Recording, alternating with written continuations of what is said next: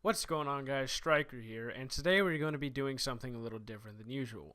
Today we're going to be talking about what could possibly be the most popular and successful video game of 2017. The game I am talking about, of course, being PlayerUnknown's Battlegrounds. With it now being 2018 and us coming relatively close to PUBG being out for a year now, I wanted to give a review and my thoughts on the game, as well as what I think they could do better or what should be added or taken away. So without further ado, let's get into this. So to kind of hit on everything, I've decided to split this up into 4 categories: weapons, maps, gameplay, and finally progression. So in the current state of the game, there are over 27 weapons that you can use, 30 if you count the 3 extra weapons and the new Miramar map. Of these weapons, 6 are only available from the in-game crates. This may seem like a lot, but of the 6, only 3 different guns really drop, but we'll talk about that later. So one thing that I have noticed with the guns is that they are extremely balanced. Now obviously this is a very subjective area for some, but when it comes down to the facts, the guns all around take the same amount of bullets to kill, but all have their own perks to using them. In the end, the only real problems that I could see with the guns in this game are that some are in the crates when they shouldn't be, or some are not as customizable as they should be. For example, the Win94 or Winchester has no ability to put a scope on it, and you might be saying to yourself, well obviously there's no rail and it isn't accurate to real life. This would be true if you couldn't put scopes on the M1911. Now obviously this isn't a huge deal to some, but it is to me mainly because all I ever find is the Win94 whenever I play the new map. In all honesty, it just pisses me off and I feel like it should be changed. Also, the damage is a little low for my taste. It takes 4 shots from short to medium range, and that is just not okay. Mainly because, with the new revolver pistol, the R45, you 2-shot with 1 headshot and 1 body shot, and 3-shot with all body shots. But it takes 4 for what should be a high-powered rifle. Crate drops are a staple for any Battle Royale-esque game, and if I'm being completely honest, I love them. I think they're a good way to wipe out players as well as a means to a game win. But there are some guns that I think should simply not be in the drops. The Kar 88, the AUG A3, and Groza are all guns that in my opinion should not be in them. The Kar 98 is something that I think everyone can agree to, mainly because you can already get it around the map. So why does it need to be in the crates? It just doesn't really make sense. Now for the other 2, you may not agree with me, but if you think about it, the Groza and AUG are both guns that are good, but not good enough to be in a crate. I mean, think about it. And the crates, in all the Battle Royale games, they are revered as the best in the game. The guns are the god tier, if you will. Well, if that were the case for PUBG, then why are the AUG and Groza in there, when the M24 and AWM are as well? Both of them are 2 shots, and the AUG and Groza both take at least half a clip. That is not to say they are not fun guns or good guns, but I don't think they're good enough to be in there, mainly due to the fact that, you know, they're just like any other assault rifle or SMG.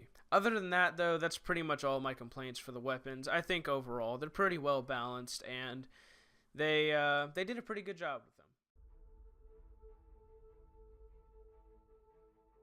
Now, for the maps, Erangel and Miramar, or as they are better known, the original map and the desert map, these are both, in my opinion, the most important parts of the game. You need a good play area to really experience what the game is, and when it comes down to that, Bluehole has done a phenomenal job at maintaining a well-working and relatively bug-free map. When I first bought the game, I thought it was out of early access. It wasn't until a month after my purchase that I realized that it was still being developed. I was blown away by the well-kept state of the game, and furthermore surprised when I found out that they were coming out of early access later that year. But I want to go a little deeper and further analyze the maps themselves. We will obviously start out with Erangel, as it was the first map.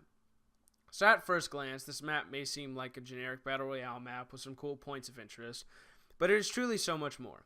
When on the ground, you see that there are all sorts of little sheds and villages, as well as vastly open fields and large cities, all with their own twists and particular features. There is always that feeling of mystery when landing at Pachinki or the military base, and wondering whether or not you will gun down multiple people or die in the first fight you see. When taking into account the smoothness of the map as well as the pure beauty and eeriness of you being the only one in an abandoned satellite station, you really get that feeling of delight and exhilaration.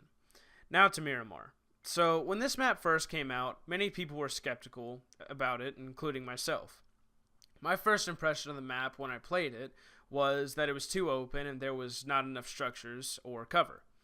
And I still hold those opinions now. I think that they were in such a rush to make a new map that they didn't take the time to make more than they did. However, that is not to say that they did not build this correctly. In the primary city on the map, Los Leones, there is a lot to be seen. There are large and tall buildings as well as little shops and stores. There's an abundance of trash and garbage spread throughout the city as well as broken down cars. This really gives it that feeling of being run down and abandoned, much like you would expect in a place like that. And that isn't just in this town, it's everywhere. And I think that this is great and really helps to immerse you in an area that has been completely abandoned and turned into a war zone. In the end, I think the maps are great, and I think that Miramar could use some work, but it's not by any means a bad map. Erangel is amazing, and it's perfect in that there's a perfect balance of points of interest and openness, as well as fights and small, subtle, calm moments. So I had originally planned on talking about the performance of the game, mainly how well it runs regardless of how beefy your PC is, but since they have more or less fixed it, I don't really see any reason to. So instead we will talk about how well things are working in the game, like hit detection, response time, and interaction time, and things like that. So let's start with hit detection. In the time that I have had this game, hit detection has never been a problem, and I don't think it ever will be. The guns themselves are so accurate to the point to where as long as you can move your mouse in the right direction and you can predict well enough, you can easily get the kill. There really isn't much to say in the area, mainly because it is so good. Response time is another case of a mechanic being pretty good all throughout the game's life. The only real time I've experienced any latency or delay in response time is whenever I've accidentally joined an Asian server or I'm on a different server that is not my own. Interaction time was a big problem in the beginning of the game. In case you don't know what interaction time is, it is how long it takes for your character to do something after clicking the action button. For example, clicking F to open a door and taking half a second or longer. This was an extremely annoying part of the game and what got me killed a lot before I learned to tab loot. I died so much mainly because it would take so long to pick something up, that the guy chasing me with a gun would kill me before I even got the gun in my hands. However, in the recent updates, this has been tweaked, and although it is not the best, it is good at the moment. Overall, I think that the gameplay aspect of PUBG has improved greatly over the time it has been out. In my opinion, nothing has deteriorated either, it just keeps getting better.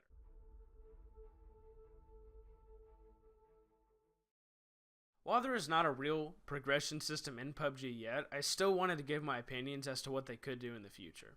So if any of you have ever played Fortnite in the recent months, then you would know that they have a leveling system that allows you to rank up and unlock cosmetics and XP drops in game. While I don't want PUBG to copy this detail for detail, I do think that it would be a good place to draw ideas from. I mean, in the end, it doesn't necessarily matter how they do it, as long as there are two key components. Number one being rewarded for leveling up, and number two being different game modes. Most people may raise an eyebrow to the idea of multiple game modes and not understand exactly what I mean, but once again, going back to Fortnite as a reference, they recently released a game mode called Sniper Shootout. This was essentially a game mode with revolvers and snipers only. While Fortnite did not exactly execute this to their best ability, I do think that it could have been improved upon and once again could be used as a point of reference for PUBG. Some of you may still be wondering why we need new game modes in the first place. Well, in my opinion, Battle Royale games get boring and kind of muddled whenever it is the exact same thing day in and day out. While there are some people, mainly streamers, that can play for untold amounts of hours and not get bored, there is still that large amount of players that can and usually do get bored quick with it. This is where having multiple game modes can come into play and help relieve some of the repetitiveness. For example, maybe there's a game mode where it's melees only, and everyone is forced to drop in Pochinki or another large city. Maybe there's a game mode where pistols could be the only weapon. My point is, the possibilities are endless and could really help to make the game more fun for everyone at the end of the day. In conclusion, I think that PUBG has had a great life over the past year and will continue to live on as long as the developers are smart about the game and continue to make updates that benefit the game to its best extent. The only way I can see the game going to shit is if the developers begin to treat the game like a cash cow and only care about money, which is what happened with H1Z1. But that's a video for another day. Anyways, be sure to leave your opinions in the comments and let me know what you think of the video, and thanks for watching.